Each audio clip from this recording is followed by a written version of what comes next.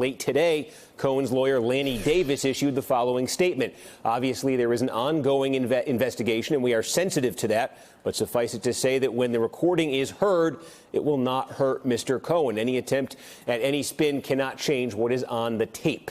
For more, I'm joined by Michael Schmidt, who broke the story for the New York Times and joins us by phone. Laura Namias, a political reporter for Politico. Tim O'Brien, Bloomberg opinion executive editor and author of Trump Nation. And Katie Phang, an MSNBC legal analyst. Thanks to all of you for being with us. Michael, who reported this to start with, let me begin with you. And just again to take us through the basics here, this is about a conversation that took place in the fall of 2016 during the campaign. At that point, the National Enquirer had the rights to this story, to McDougal's story, and the conversation was about potentially paying the National Enquirer for that. Is that right? This was going to be a payment that was to buy the rights to the story, to essentially ensure that it continued to remain silent. This was in September, just 2 months before the election. Obviously, as you just pointed out, in November, the campaign is denying any type of deal or knowledge of anything, of any type of money that went to her.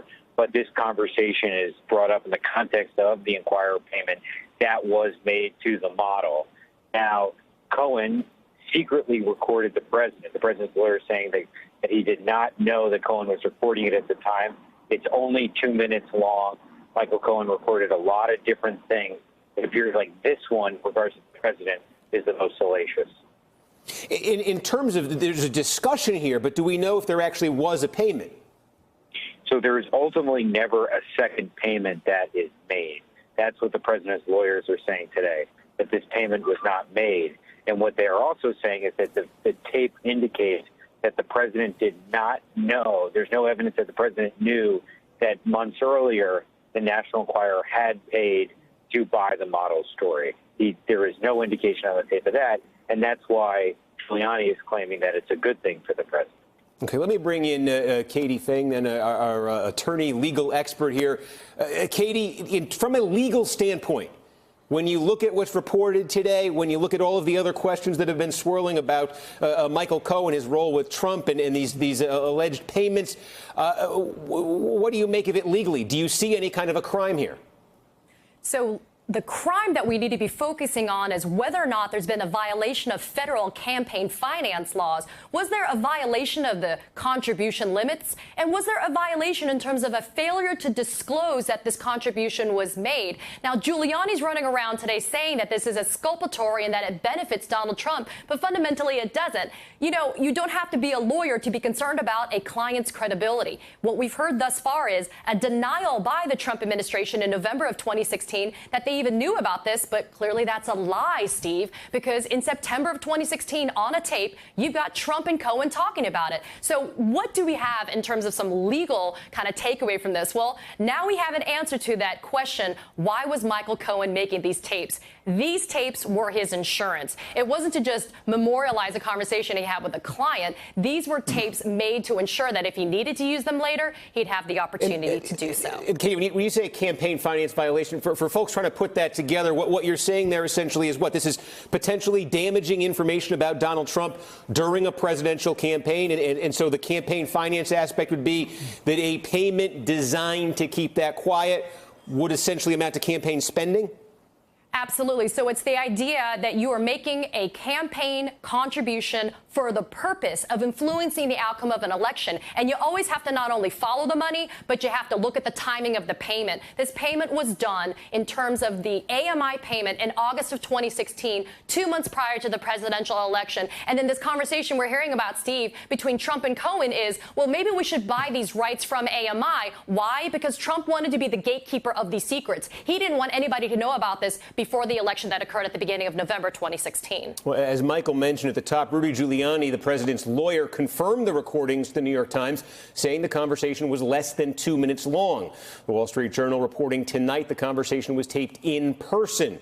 Giuliani confirmed that Trump had directed Cohen to make the payment, but, quote, the payment was never made, adding that Mr. Trump had told Mr. Cohen that if he were to make a payment related to Ms. McDougal, to write a check rather than send cash so it could be properly documented. Tim, you know something about Trump world. First of all, the idea that there's somebody this close to Donald Trump, his personal lawyer, the guy they call his fixer, Michael Cohen, the idea that he recorded this conversation and now potentially more conversations, is that something that was ever, you think, on Donald Trump's radar, that could be going on? Clearly, I think, he said today he was very surprised, or he was quoted as saying he was very surprised that Michael taped him. So I think he is clearly surprised that this occurred, although Trump spent most of his career threatening business acquaintances, other lawyers, and journalists that he was taping them. A lot of times that was just bravado. Trump's always had people in his orbit who are fixers, who go out and settle problems for him, and that's the role that Michael Cohen has played for him. I think there's, I don't know legally how much this issue with the payments are going to come home to roost for the president in a way that's actually threatening to him. I don't think campaign finance law violations are really going to be a threat to him. I think the issue with Michael Cohen goes beyond this sort of thing. It's what did he know about transactions in Russia? He was involved with Felix Sater in trying to get a hotel built, a new Trump Tower in Moscow.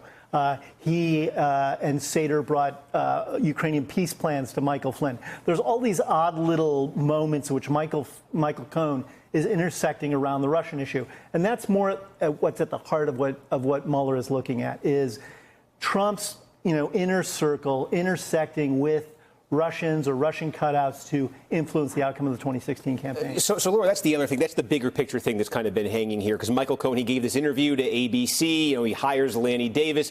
There's been this sense that he's trying to convey some kind of message to Donald Trump. And one of the sort of guessing games I've been watching today as this all plays out is who's trying to send the message to who here? Is this another example of Cohen maybe trying to send a message to Trump? Is this a message some are saying Trump and his team are trying to send to Cohen? Right. Well, so it's a debate over who the source was. I'm sure we could ask Mike Schmidt about it, but we don't want to give anything away. If the source is Michael Cohen and his lawyers, it says one thing. If it's Rudy Giuliani or the president's attorneys, it says another. If it's Michael Cohen leaking it, then I definitely think you could see it as a warning shot or a cry for help or a signal that he's intending to cooperate. And some people have suggested that if it's the president's attorneys or Rudy Giuliani, then they do see it as potentially good news for the president, or they're trying to get out ahead of a bad news story. At this point, there are a lot of lawyers who have their hands on the material that was seized in the FBI raid on Cohen's office and his hotel room. There's a lot of potential sources. Well, Michael, I know it's futile if I was going to ask you to reveal a source or anything, but let me ask you this way. Is your sense, do you have any sense of the motive of who was leaking this? No, and I think sometimes that stuff is taken a little looked at too black and whitely in the media, as if things are sort of doled out and handed out. Look, this is an important part of the current Trump story. Trump faces sort of a two-front war legally here. In New York, there's an investigation that's focused on Cohen, but Trump's lawyers don't really know the full extent of what the authorities are looking at. They're still fighting over what the U.S. Attorney's Office in Manhattan can have and can look at, and whether anything is protected that Michael Cohen has. Obviously, Michael Cohen has not formally agreed to cooperate with the government, and the lawyers still don't know the full extent of whether the president has any exposure there. On the other side, they still have the Mueller investigation in Washington, where the president's lawyers think they understand the depth and breadth of that investigation, but they have a very important decision to make that they have continued to put off, which was whether to allow the president to sit for an interview. One of the issues that they do not want him to be questioned about in that interview is Michael Cohen. They said that is certainly off the table. There's also that issue here, again, of the National Enquirer, AMI. David Pecker, the chairman of AMI, which owns the National Enquirer. He has been friends with Donald Trump for decades. And according to the New York Times, since the early stages of his campaign in 2015, Mr. Trump, his lawyer Michael Cohen, and Mr. Pecker have strategized about protecting him and lashing out at his political enemies. In a 2017 New Yorker profile, Mr. Pecker denied ever killing stories on behalf of Trump. He did, however, tell the magazine that he considered an attack on Trump to be an attack on AMI. And in June, it was reported that AMI had been subpoenaed by federal prosecutors for records related to the McDougal payment. This is a story unto itself, Tim. The National Enquirer, I don't think they typically endorse presidential candidates. They endorsed Donald Trump in 2016. There's a closeness here that extends back to well before Donald Trump was a political character. And speaks to, I think, Trump's history of coddling or cozying up to gossip writers and then the sort of tabloid press. He did it forever in New York with the tabloids. He always maintained close relationships with the people who wrote those columns, and he would dole out little bits of gossip about the business world or the political world or society in exchange for favorable coverage. And his relationship with the National Enquirer is sort of a grand mal version of that relationship. He connected Pecker to things that Pecker was interested in. In turn, Pecker gave him fawning coverage. It was clear quid pro quos. And that's the thing I think that folks are trying to, reading this today, certainly I have the question, if the National Enquirer had this story and there was a discussion potentially about paying, and then there was no payment, why wouldn't there be? If you're running for president, you're worried about it, and this is what it's going to take to get it buried, why wouldn't the payment then happen? Well, I can't speak to why the president didn't pay or there was no agreement reached for a payment, but I do think one of the most interesting aspects of what happened today is the fact that Michael Cohen taping his client, which former federal prosecutors I spoke to today said is totally unethical and almost completely unheard of, really undermines this narrative that we've all been talking about for months about Cohen's loyalty to his client. Somebody who tapes their client and potentially exposes them to this, do they really have that client's interests at heart? Is he really upholding his responsibility to his client? Maybe he was not the kind of ride or die sidekick that we all thought he was. Right, well, let me ask you, Katie, just very quickly, as a lawyer, is it something? Have you heard of that before? A lawyer taping his own client like this? Well, you can do it. You can do it in New York. You can tape your clients. You can tape other people. It's a one-party consent state, but that's the reason why I say, Steve, why are you doing it? Well, it's true. You want to make sure that you have this information if it has a value for you later on, and that's why. And to very quickly answer that question, Steve, why that payment was never made, why do you have to make the payment if he's already made president at the beginning of November? You didn't have to make that payment. You never had to buy the rights to that life story. Yeah, well, I know a lot of people, I think, if they felt their lawyer was recording them, probably wouldn't have that person as a lawyer much longer. Michael Schmidt, Laura Namias, Tim O'Brien, Katie Fang, thank you all for being with us.